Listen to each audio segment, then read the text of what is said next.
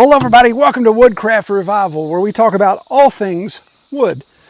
Today we're going to take some of this poplar that I milled last year, and it's been air drying that long. We're going to take it in the workshop and we're going to do what we can do to turn it into some great shiplap for our off-grid cabin up in the mountains. So let's fire up the planer. All right, so we've brought in a lot of poplar, loaded into to the workshop here, set up my sawhorses, and the tedious work of just passing it through the planer. Now, my 15-inch planer is as good as I've got. So we'll be surfacing all this wood. I think this first run, let's see, 1, 2, 3, 4, 5, 6, 7, 8, 9, 10, 11, 12, 13, 14, 15, 16, 17, 18, 19, 20, 21, 22, 23, 24, 25, 26, 27 boards that we've got. And those vary anywhere from 8 feet to 12 feet. And they're all about 8 inches wide. What we want to do is end up with a 6-inch wide face of the shiplap. So order of operations is key to keep things consistent and to keep me from losing my mind and whatever, especially since doing this much production. So we're going to plane everything down. We're shooting for a true 3/4. And then we'll stack everything to the side, and then we're going to create opposing rabbets. If you've looked at shiplap, instead of just being flat boards that are butted up against one another, that you could sometimes lose your seam, you have a little bit of a gap and a recess. So when one nests against the other, it creates a little channel so you can see the individual boards. That's the whole point of the shiplap. So some do tongue and groove, some do rabbets. We're going to do rabbets. So we'll have an opposing rabbet that if this is the bottom board, we're going up the wall, this will be the bottom board that my thumb and these fingers would represent the rabbet, and then the opposing rabbet will slide in that way. But this top one will be a little bit more proud, so they don't butt up against one another, they create a gap. We'll go through all those details when we get to set up here. And then what we're going to do is whitewash. I did a test with whitewashing and got the boss to sign off on it. So this is just diluted latex, diluted 1-to-1 with water, so you can still see some of the poplar grain coming through. Has a nice look. This is straight on planed wood, and the 1-to-1 ratio, the amount of water, raised the grain. So I think what we're going to do is we may have to raise the grain first, do maybe a 300 or a 250 grit sanding, then do the whitewash. But we'll do that. We'll document that as we go along. Well, it's time for the tedious work. This is going to take hours to do. And instead of jumping around to the camera and doing all that, we're going to just go to time lapse. I wish I could work in real life this fast. But we'll time lapse and see how long it takes to get all 27 boards planed down.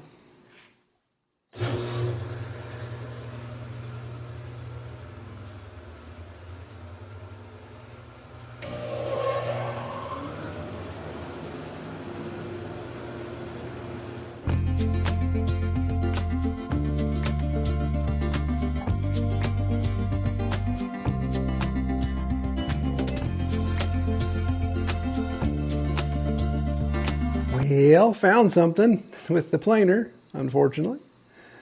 Yep. That is a jacketed round. Came out of there. And unfortunately, the planer found it. I had to take a considerable break there, not only to just check what was going on here, but when I was checking, I actually discovered I had a belt rubbing, drive belt, that I had to take care of. Yeah, that's the one benefit of that's one of the many benefits of having the spiral head cutter, the helical cutter. When you hit something like that, traditionally you have 3 blades, and I would have just trashed probably trashed all 3 of them, maybe just 2 of them, and how quickly it dislodged. But in this situation with that helical, 1 of 50 was damaged, and those aren't nearly as expensive as the full size 15-inch. All right, so we'll keep on going.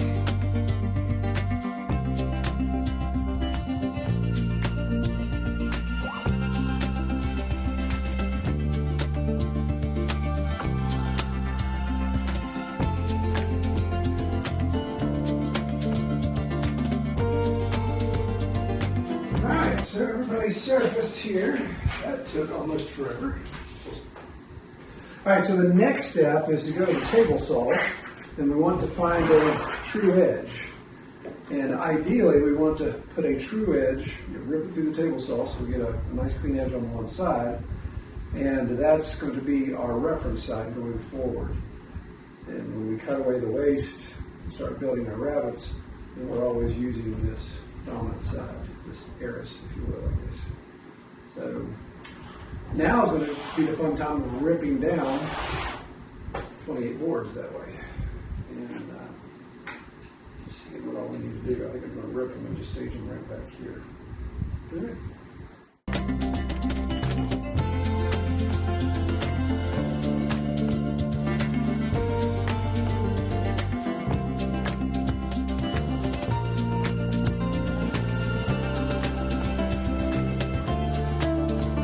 Okay, so I got our first edge established, and on 27 of our 28, we're roughly about 7 1/4, 7 3/8 left on the width. So as I mentioned, I want a 6-inch face of the actual shiplap. The rabbets will be the remainder of that. So I've got about 1 1/4 to play with on the rabbets. I have one board that came in a little narrower, so I may or may not be able to use it. We'll see. But let me show you what I'm thinking. And got an idea in my mind, and I don't know if it's smart to do, but we'll see. All right, so this crude drawing here kind of represents what we want to do. This is our face.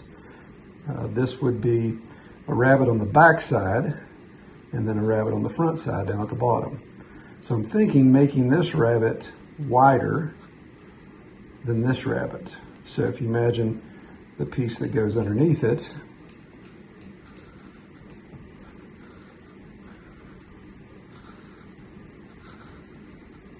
would be like that. So just imagine that's butted up.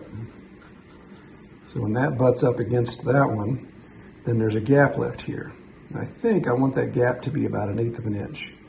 I don't want it too big that a bunch of critters are hanging out in it and collects a bunch of dust, but I want a little bit of a gap to, of course, be shiplap. It needs to have that gap there. So before I go ripping all these boards down and make a horrible mistake that I don't realize to the end, I want to take some of this scrap here, some of this test, and cut it down, do some setup tests with it, and just see rabbit size, gaps, all that type of thing.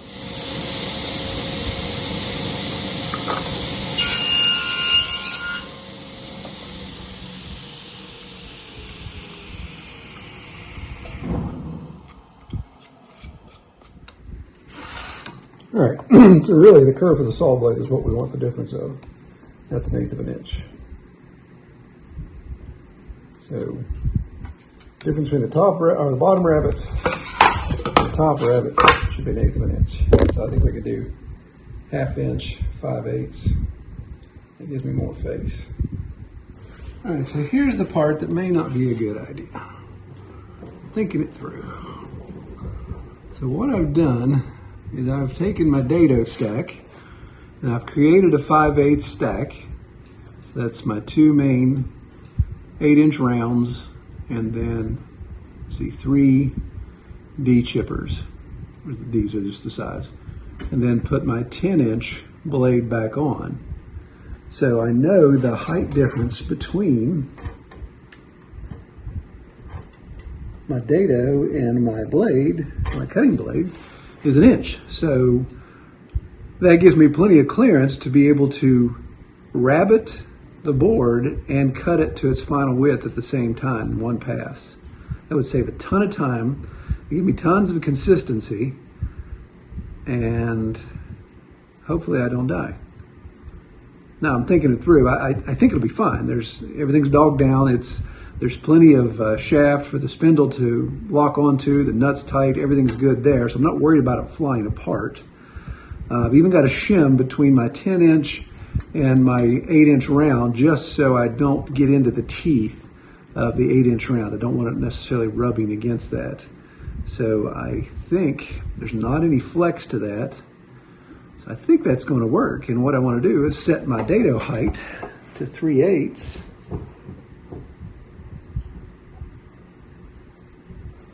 Yeah, and that still gives me a 3/8. It still gives me a cutting height of 1 1/4 inches. I get to be on a 3/4 inch stock, so that should be plenty to sever. I'm going to test a piece Just see what happens.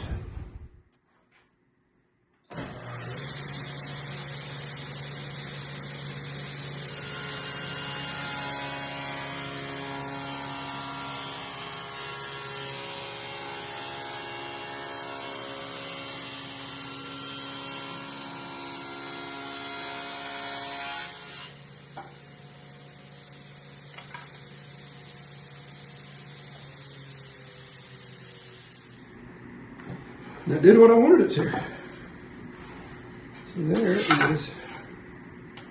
A. Alright, so the plan will be, since everything is reference side, I put it back on the table on this side. I should be able to pick it up, run it straight through, get my width established obviously, so I got to figure that out first, because this was just a test. Get that width established, and I'll kill two birds with one stone. So we'll be finishing our width and setting our 5/8 inch dado. Do everybody through, set the boards aside, flip it over, take off the 10-inch blade, take one of my D chippers off, which will drop me down to 1/2 inch, and pass everything back through again on the opposite side, and that should be it. So 2 passes versus 3 would be very nice. All right, so here's what I'm thinking. Mad scientist. So 3/4 inch board, couple risers across the top, clamp down to the fence, tucked underneath so they can't come up, won't go down. So it gives me a 3/4 inch pass, slide wood right through there. So it shouldn't allow it to come up. And I've got this set wide enough. I know my widest board is 7 3/8, and I'm set at 7 5/8. So that should give me enough clearance, and keep from creating a pinch point where I get kickback. But we'll see. Stay tuned.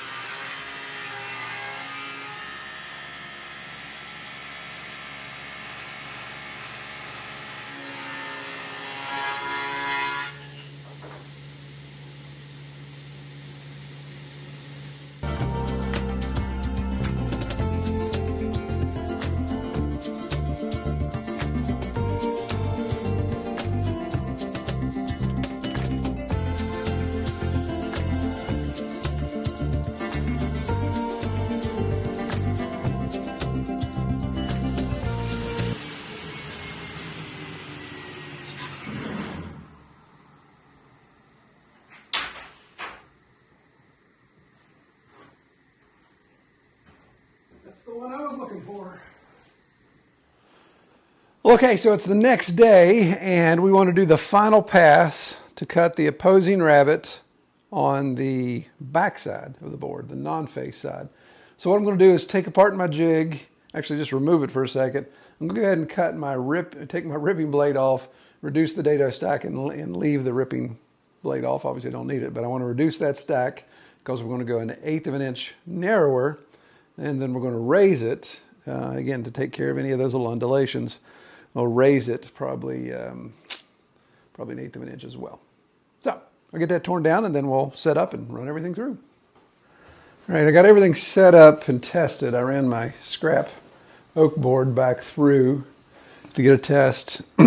Raised the dado blade another 1/16, and now I have an 1/8 inch of a reveal in the seams. So I'm going to run one board through. We'll set it up behind you there and butt them together and just get a dry fit, see what it looks like. And then if we like that, keep on trucking.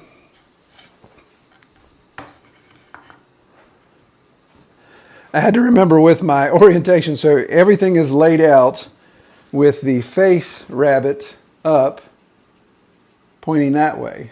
So every board I should just pick up, turn 180 degrees, and run it through, and that should put my back facing rabbet on the opposing edge.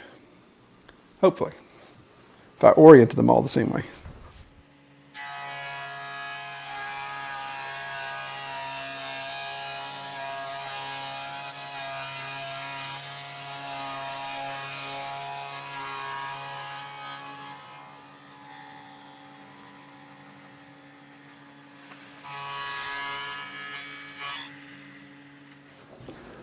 So when I do this dry fit, this bottom board is the one I've cut both sides now, and this is the next piece. So if I was doing an install, this goes on the wall first, and then this piece would go on top like that, tuck in behind that lip. So if I was laying it down here, as an example,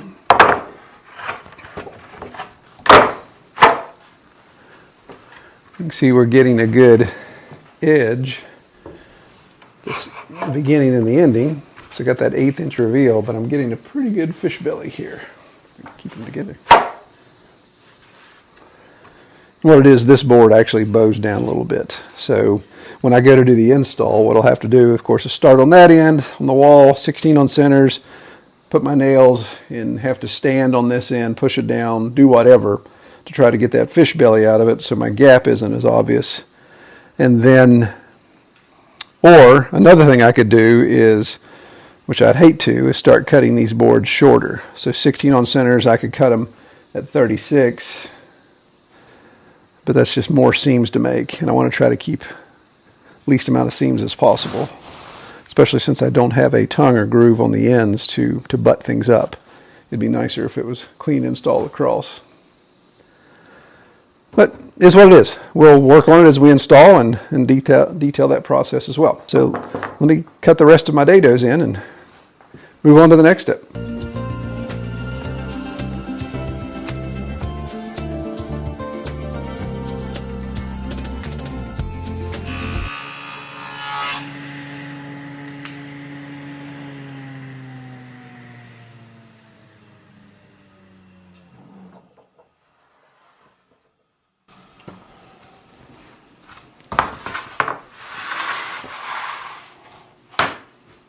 All right, there we have it. That should be everybody. Run through. Things are holding up good there.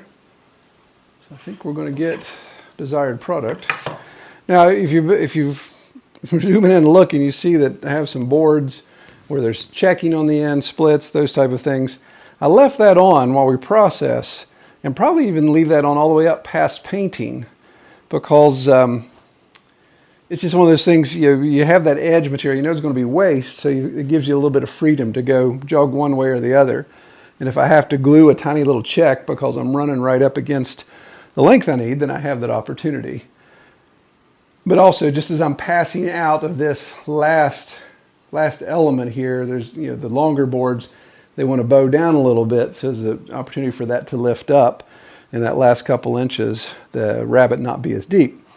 If we're sacrificing, then that's no big deal. So we'll do all the final trimming at install and get the lengths that we need specifically. All right, so it's raining right now, so I need to get the trailer brought around, load all this up, and then take it up to the house, because we're going to paint it inside the garage, because as you guys realize, my workshop is an absolute mess and I have no area to spread all this out and paint it.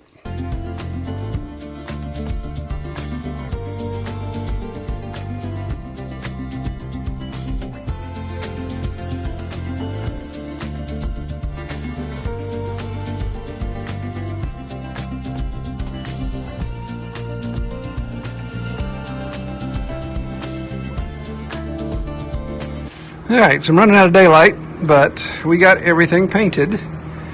You saw there in the time lapse that Kelly came and helped me after she got home from work, and then when Liam got home from work, he gave me a hand. So the three of us, and I don't know why I'm coming out here at the table.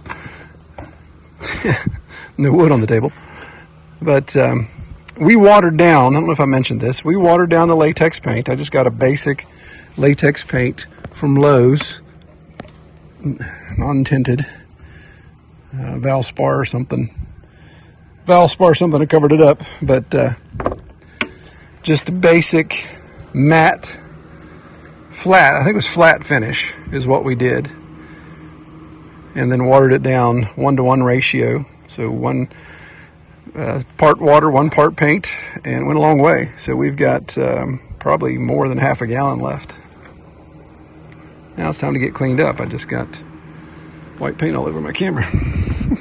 All right, so we got loaded up, got everything back up here at camp. We're going to do the install. I'm going to do the install over on the Red Toolhouse channel because this is part of the playlist of our cabin build. So if you want to see the install of it, just hop over there. I'll link to it here and below in the video description. Well, as I always say, I pray you get to spend time out in God's beautiful creation. Thank you all so much for watching.